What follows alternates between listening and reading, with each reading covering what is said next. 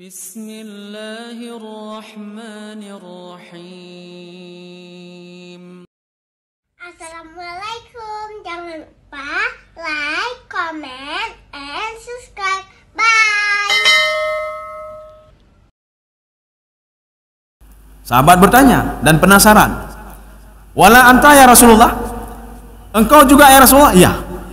Amal ibadah saya tidak menjamin saya masuk ke dalam surga. Sahabat bertanya lagi. Kalau demikian, apa yang menyebabkan kita masuk ke surga? Rasulullah menjawab, yang memasukkan kita ke dalam surga adalah rahmat Allah. Jadi kalau seandainya rahmat Allah memasukkan kita ke dalam surga, untuk apa kita berbuat kebaikan? Ya, nembaknya. Maka jawabannya, kita tidak tahu rahmat Allah itu munculnya dari mana. Maka kita lakukan kebaikan, semua kebaikan kita lakukan. Bisa saja dari salat, bisa saja dari ibadah, bisa saja dari membantu orang lain.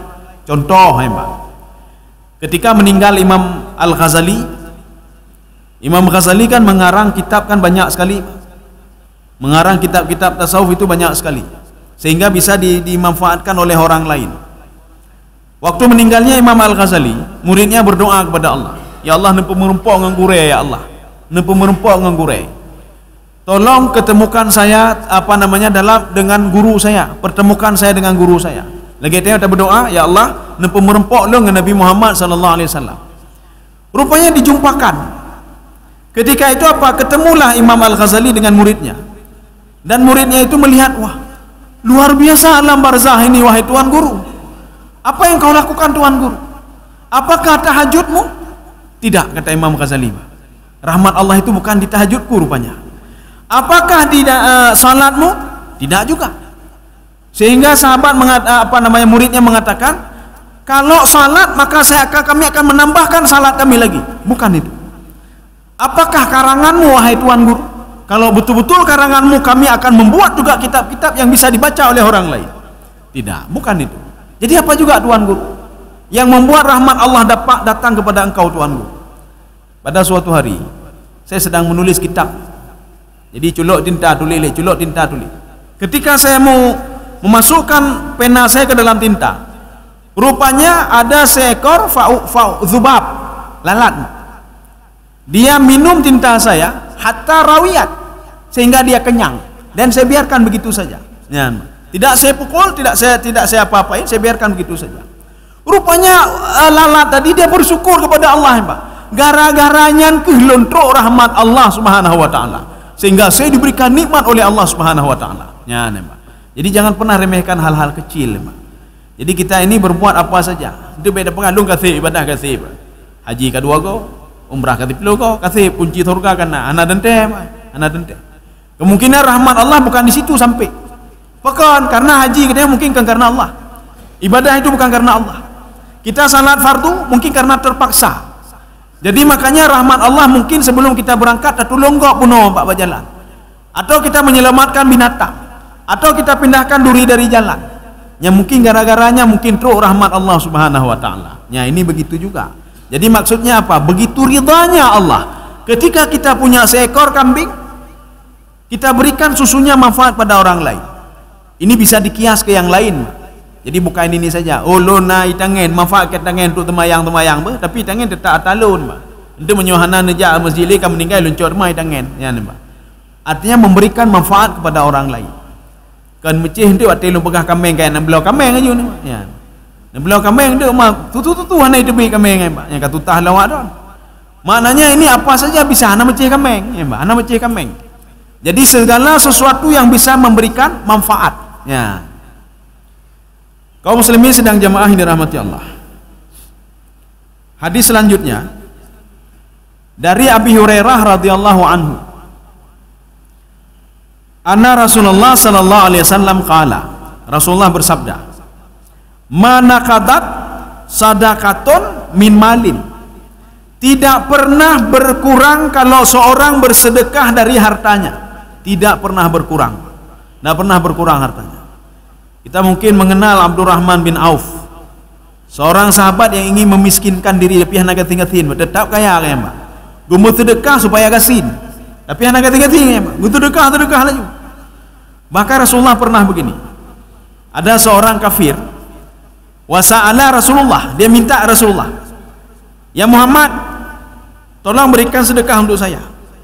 Apa yang Rasulullah berikan? Ya, nama al-ghanam baina jabalaini, kambing di antara dua gunung. Begitu banyak kambing itu, cukup jai, Pak. Kita tak fikir-fikir lah, termasuk lon tuan. Menyota mensedekah le tak ada fikir lah. Yo kabeh harta lon, Pak. Tapi Nabi Muhammad, Pak, cok mandum untuk pemuda ini bertanya lagi, untuk saya semua? Iya, untuk kamu semua.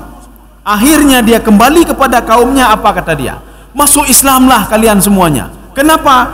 Itu Muhammad itu, dia bersedekah tak pernah takut fakir dia.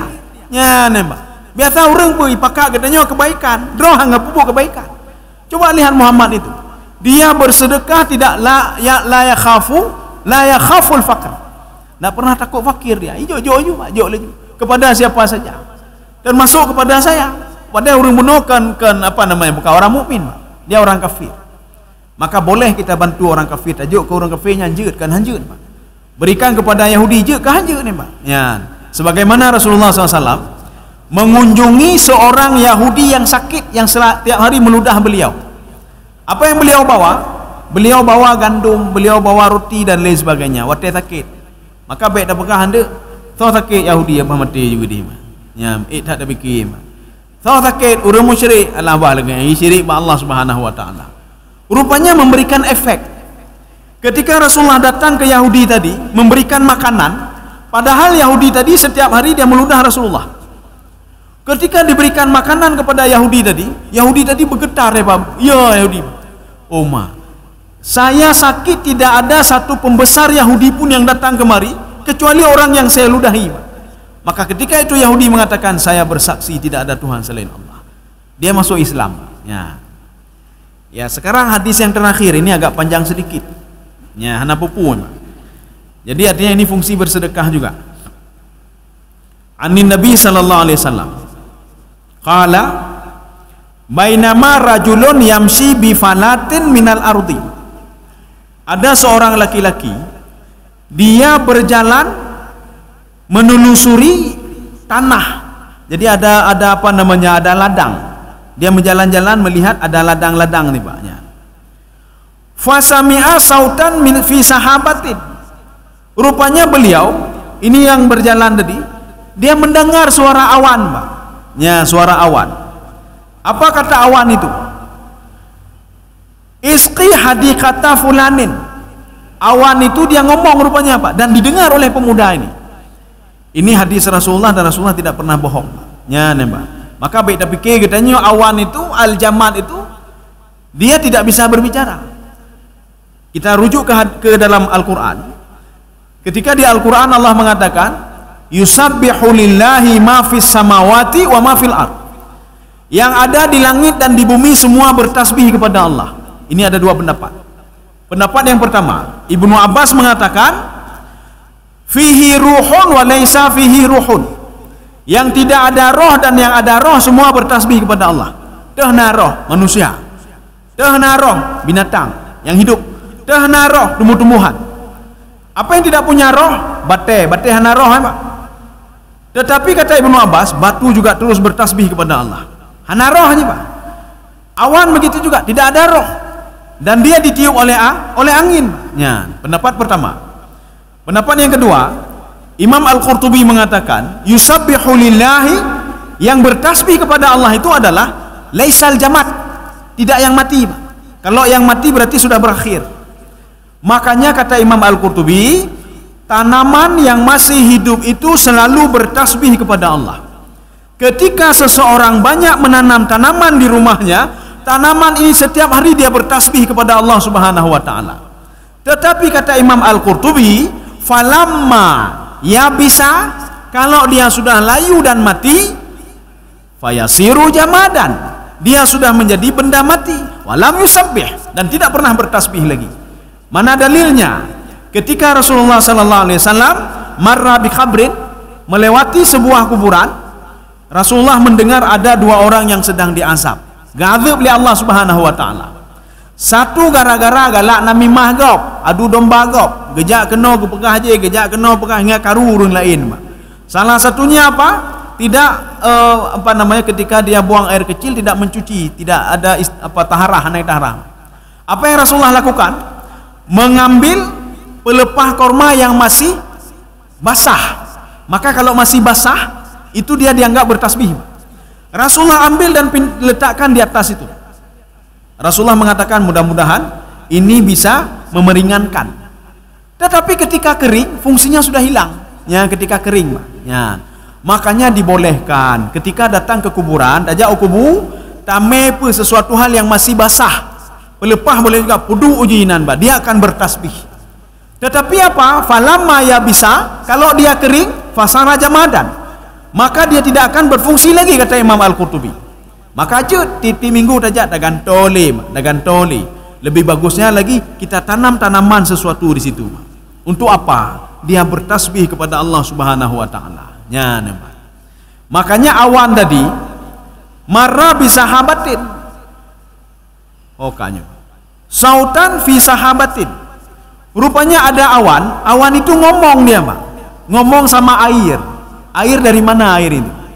Air ini adalah yang ditarik oleh matahari, kemudian air itu berada diikat oleh partikel yang ada di dalam awan.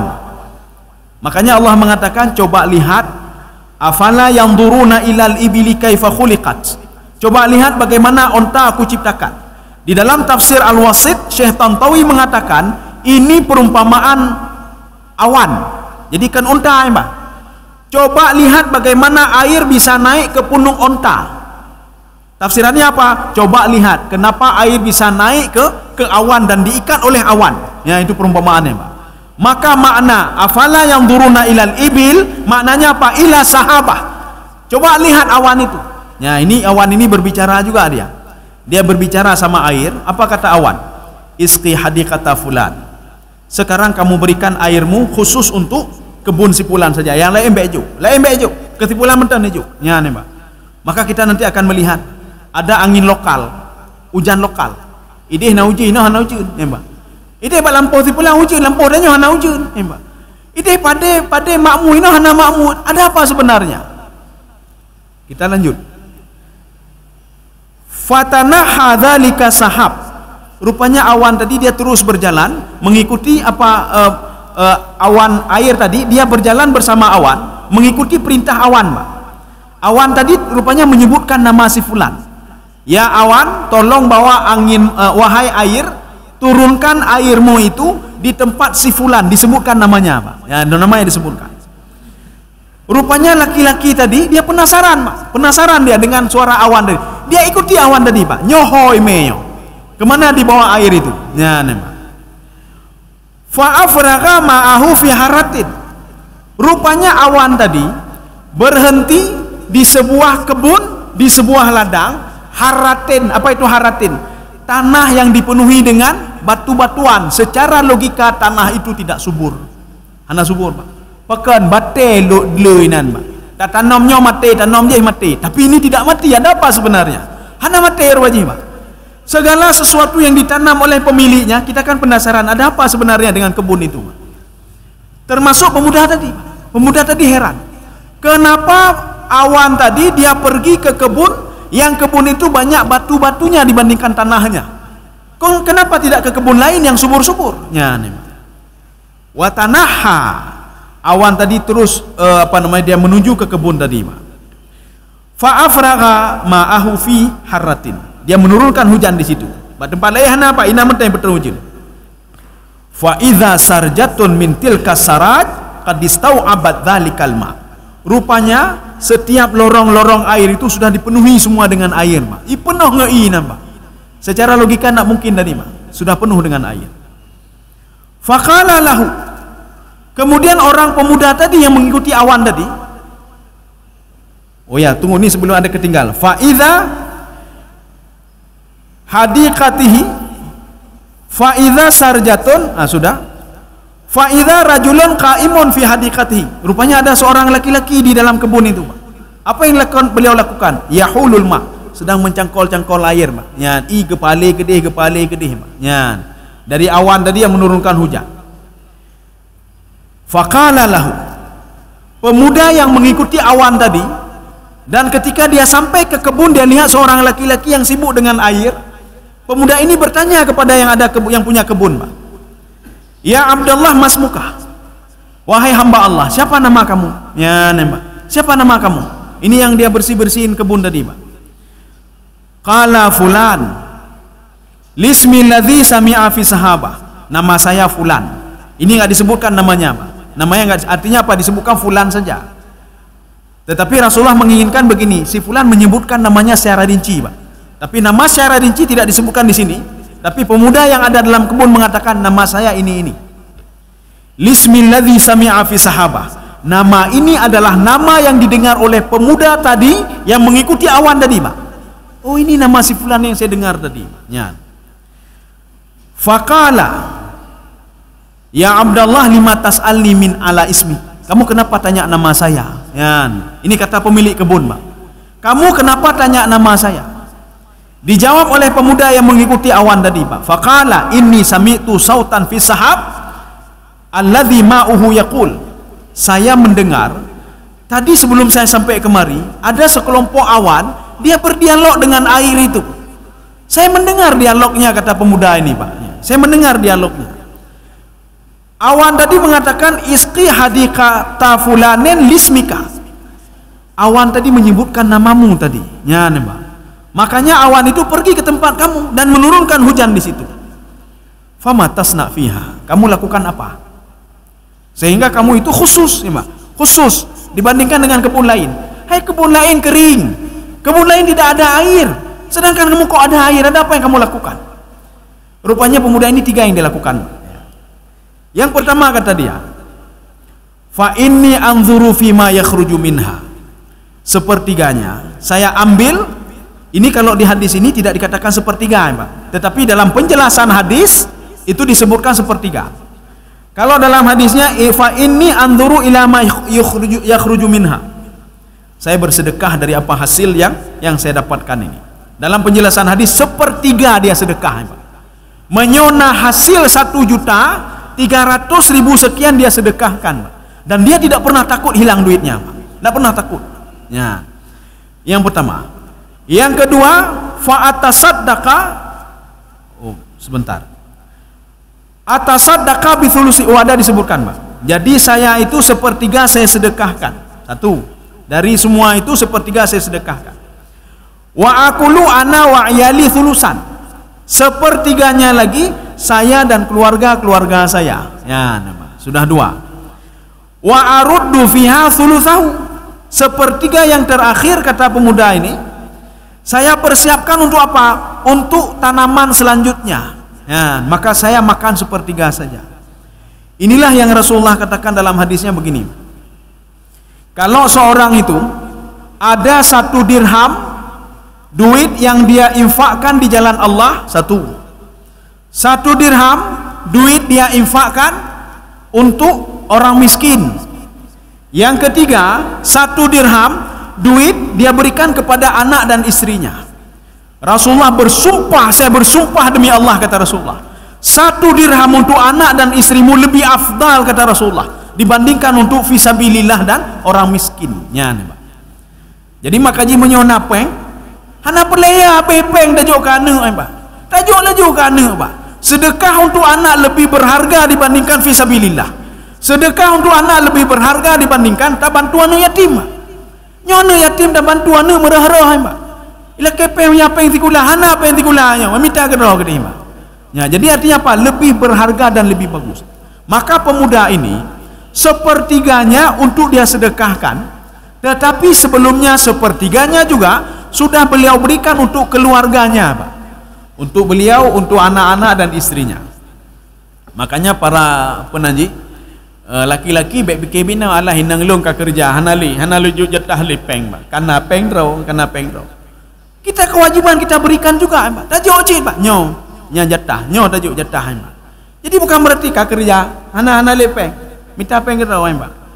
Jadi makanya apa kewajiban kita memberikan juga nyocok, nyan, Pak. Seperti Rasulullah mengatakan, seorang suami memberikan sesuatu kepada istrinya walaupun hanya sesuap nasi, Pak, nyan, tambah sendok.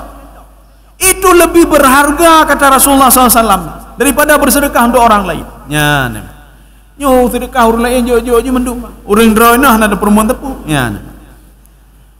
Kaum muslimin sedang jemaah yang dirahmati Allah. Rawahu Muslim. Hadis ini diriwayatkan oleh Muslim.